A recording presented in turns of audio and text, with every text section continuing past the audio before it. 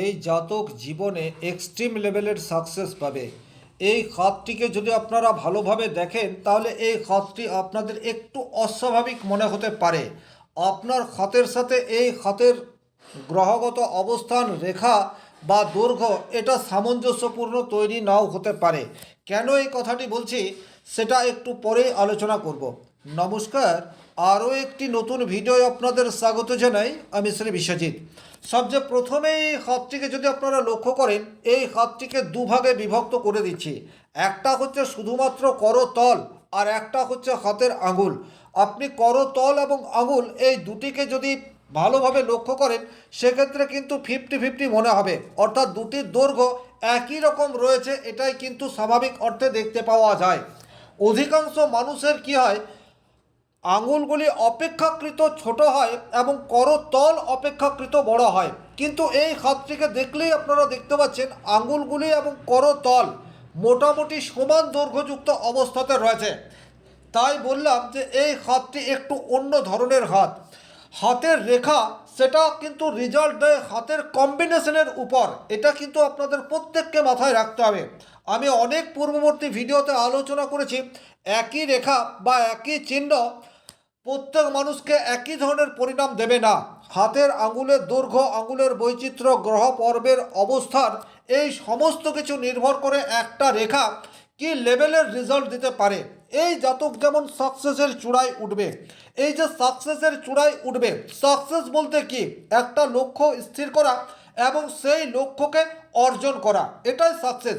এক একজন মানুষের কাছে সাকসেসের ভিন্ন ভিন্ন পরিভাষা হতেই পারে, কিন্তু একটা কথা নিশ্চিত, আপনি যখন কোনো একটি লক্ষ্য স্থির রেখে সেই লক্ষ্যকে স্পর্শ করে ফেললেন তখন আপনার একটা উদ্দেশ্য বা একটা ক্ষেত্রে আপনি সফলতা পেলেন, এটা বলা যেতে পারে। তাহলে আমরা যদি স্বাভাবিক অর্থে ধরে নিই, যেটা 95% মানুষ চেয়ে থাকে, সেটা হচ্ছে আর্থিক দিক দিয়ে স্বাচ্ছন্দ্য বা আর্থিক দিক দিয়ে সফল হওয়া, তাহলে এই জাতক কিন্তু আর্থিক লেভেলের সাকসেস সেটা চূড়ান্ত লেভেলের পাবে। এই যে আমি চূড়ান্ত লেভেলের পাবে এই কথাটি বলছি, কি কি কম্বিনেশন রয়েছে হাতটার মধ্যে, রেখার মধ্যে বা গ্রহ পর্বের মধ্যে, আঙ্গুলের মধ্যে, খুব পুঙ্খানুপুঙ্খভাবে বিশ্লেষণ করার চেষ্টা করব। আপনারা যারা হস্তরেখা বিষয়ক ভিডিও দেখেন ভালোভাবে মনোযোগ সহকারে দেখতে হবে আর নিজের খাতের সাথেও মিলিয়ে মেলাতে হবে।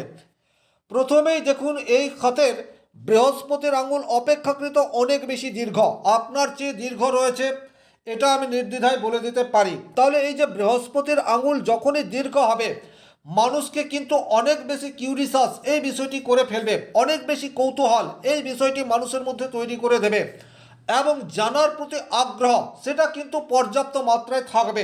এটা নিশ্চিতভাবে বলা যায় যখন হাতের আঙুল, বৃহস্পতির আঙুল অনেক বেশি দীর্ঘ হবে। কিন্তু জানার স্পৃহা তৈরি হওয়া এবং সঠিক জিনিস বা সঠিক জ্ঞান অর্জন করা সেটি কিন্তু ভিন্নতর বিষয়। আঙুল থেকেও কিন্তু এর স্বাভাবিকভাবে এই বিষয়টি বোঝা যায়। এই আঙুলটিকে যদি আপনারা দেখেন তাহলে আঙুলে কিন্তু এই ধরনের রেখা দেখতে পাওয়া যাচ্ছে না। এই রেখাগুলি কিন্তু প্রতিবন্ধকতা তৈরি করে দেয়। আপনার মধ্যে জানার প্রবল ইচ্ছা রয়েছে কিন্তু আপনার কাছে ভুল ইনফরমেশন আসছে। আপনি যেটা শিখছেন, সমাজ থেকে বলুন, শিক্ষকের কাছ থেকে বলুন, সোশ্যাল মিডিয়া থেকে বলুন, আপনি কিন্তু উপযুক্ত বিষয়ের ভুল ব্যাখ্যা সেটা করছেন। তাহলে এই ধরনের রেখা যদি থাকে সেক্ষেত্রে কিন্তু এই রেখাগুলি আপনার নলেজকে সীমিত করে দিতে পারে অথবা আপনার জ্ঞানকে আধা অধুরা জ্ঞানে পর্যবেসিত করতে পারে। তবে একটা কথা নিশ্চিতভাবে বলবো, যখন হাতের বৃহস্পতির আঙুল অনেক বেশি দীর্ঘ হবে এবং এই ধরনের কোনো রেখা থাকবে না, তখন সঠিক নলেজ, সঠিক জ্ঞান এই বিষয়টি আপনার মধ্যে ধীরে ধীরে বুস্ট হতে থাকবে। তাহলে আপনি উপযুক্ত শিক্ষায় শিক্ষিত হতে পারছেন শুধুমাত্র হাতের আঙুল থেকে, এটা নিশ্চিতভাবে বলা যায়। এবার আমরা গ্রহ পর্বে চলে আসব। বৃহস্পতির পর্বটিকে আপনারা যদি পর্যবেক্ষণ করেন, মোটামুটি স্বাভাবিক দৈর্ঘ্যযুক্ত অবস্থায় রয়েছে এবং বৃহস্পতির পর্ব বুস্ট অবস্থায় আছে, এটা বলা যেতে পারে। তাহলে বৃহস্পতির যে কারকত্ব, সেই জায়গায় এই জাতক কিন্তু পজিটিভ রেজাল্ট পাবে। বৃহস্পতি যদি কোনো মানুষের পজিটিভলি থাকে তাহলে সেই মানুষ কিন্তু একটা লেভেল পর্যন্ত সাকসেস পায়, পরিশ্রম খুব একটা করুক আর নাই করুক, তার মধ্যে পর্যাপ্ত জ্ঞান থাকে, নলেজকে কাজে লাগিয়ে অর্থ উপার্জন সেটি কিন্তু ডেফিনেটলি করতে পারে। তাহলে নিজের সঠিক জ্ঞান সেটি যেমন এই জাতকের রয়েছে, সেই জ্ঞানকে কাজে লাগানোর ক্ষমতা সেটিও কিন্তু বৃহস্পতির পর্ব থেকে দেখলে বোঝা যায় যে ঠিকঠাক করতে পারবে। চূড়ান্ত লেভেলের সাকসেস সেটা কিন্তু আমরা শনিকে না দেখলে বলতে পারবো না। ডেডিকেশনের কারক গ্রহ, একাগ্রতার কারক গ্রহ এবং একটা লক্ষ্যে দীর্ঘদিন পরিশ্রম, সেটি কিন্তু শনি মহারাজের কৃপা ছাড়া সম্ভবপর নয়। শনির আঙুল আপনারা দেখতে পাচ্ছেন অনেক বেশি দীর্ঘ, সুতরাং এখানে ফোকাস থাকা এই বিষয়টি কিন্তু গুরুত্বপূর্ণ এবং একটা লক্ষ্যে স্থির থেকে কন্টিনিউয়াস সেই লক্ষ্যকে স্পর্শ করার জন্য পরিশ্রম, সেটা এই জাতক ডেফিনেটলি করতে পারছে। শনির আঙুলেও এই ধরনের কোনো অশুভ সংকেত নেই। এই ধরনের সংকেত থাকলে কিন্তু জীবনের ম্যাক্সিমাম ক্ষেত্রে বাধা এই বিষয়টিকে ইন্ডিকেট করে। তাহলে বৃহস্পতির আঙুল শুভ, শনির আঙুল শুভ। বৃহস্পতি সঠিক জ্ঞান জাতককে দিচ্ছে এবং সেই জ্ঞান আহরণের জন্য কন্টিনিউয়াস একই জায়গায় ফোকাসড, এই বিষয়টি শনি মহারাজ দিচ্ছে। শনির ক্ষেত্রে একটি রেয়ার থেকে রেয়ারতম সাইন আমরা দেখতে পাচ্ছি। খুব ভালোভাবে পর্যবেক্ষণ করলেই আপনারা এই একটি রেখাকে দেখতে পাবেন। এই রেখা কিন্তু শনি রেখা, সৌভাগ্যবান মানুষের হাতেই কিন্তু দেখতে পাওয়া যায়। এটি কিন্তু মানুষকে এক্সট্রিম লেভেলের রেজাল্ট সেটি দেয়। তবে মোটামুটি 35 বছর বয়স পর্যন্ত জাতক সেই অর্থে সাকসেস পায় না। যাদের হাতে এই ধরনের একটি শনি রেখা স্পষ্ট থাকে, তার পরের লাইফে পর্যাপ্ত সাকসেস এই বিষয়টি দেয়। এখন আমরা রবির ক্ষেত্রটিকে দেখব। আপনার মধ্যে জ্ঞান রয়েছে, পরিশ্রমের ক্ষমতা রয়েছে, লক্ষ্যে স্থির থাকার ধৈর্য রয়েছে। এগুলিকে কাজে লাগিয়ে আপনি কি সুনাম অর্জন করতে পারবেন, সেটার জন্য রবিকে দেখা ভীষণ রকম প্রয়োজন। এখানে আমরা রবির আঙুলকেও ঠিকঠাক দেখতে পাচ্ছি। রবির পর্বটিকে যদি দেখা যায় তাহলে রবির পর্বে একটি রবি রেখা সামান্য বক্র হয়ে রয়েছে। রেখাটি কী রূপ, এটাও কিন্তু একটা গুরুত্বপূর্ণ বিষয়। তাহলে এখানে এই রেখাটি সামান্য বক্র আছে, ইন্ডিকেট করছে প্রথম পর্বে জাতককে যথেষ্ট প্রতিবন্ধকতা বা সম্মান অর্জন করার জন্য অনেক বেশি পরিশ্রম এই বিষয়টি করতে হবে। এই রেখাটি যদি সোজা থাকে তাহলে কিন্তু জাতক খুব সহজেই সুনাম অর্জন করবে। কিন্তু এই রবি রেখা যদি একটু বক্রযুক্ত হয়, সেক্ষেত্রে জাতককে কিন্তু বারবার পরীক্ষা দিয়ে নিজের যোগ্যতা, নিজের ক্যারেক্টারিস্টিক কোয়ালিটি, কর্মক্ষমতা এগুলিকে বারবার প্রমাণ করতে হবে। তাহলে এখানে আমরা রবির ক্ষেত্রে রবি রেখা সেটি বক্রযুক্ত পাচ্ছি, সুতরাং একটু পরিশ্রম অধিক করার প্রয়োজনীয়তা থাকছে। এবারে বুধকে দেখব কমিউনিকেশনের জন্য। বুধের আঙুলকে দেখুন, বুধের আঙুল যথেষ্ট দীর্ঘ। রবির আঙুলের এই পর্বকে নিশ্চিতভাবে ছাড়িয়ে যাবে।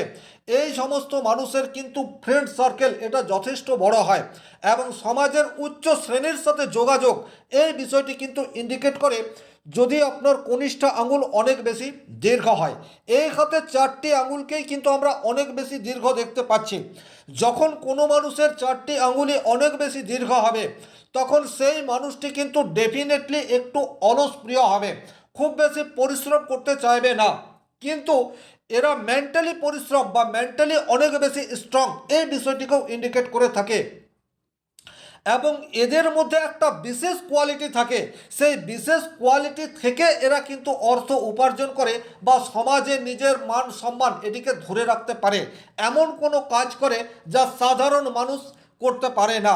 তাহলে এখানে এই জাতকের হাতে কিন্তু আঙুলগুলি যথেষ্ট দীর্ঘ রয়েছে। স্বাভাবিক অর্থে এরা একটু লেট নাইট করে ঘুমায় এবং একটু লেটে ঘুম থেকে উঠে, অর্থাৎ 8টা 9টা এইরকম সময়সীমা পর্যন্ত এরা কিন্তু ঘুমাতে পারে।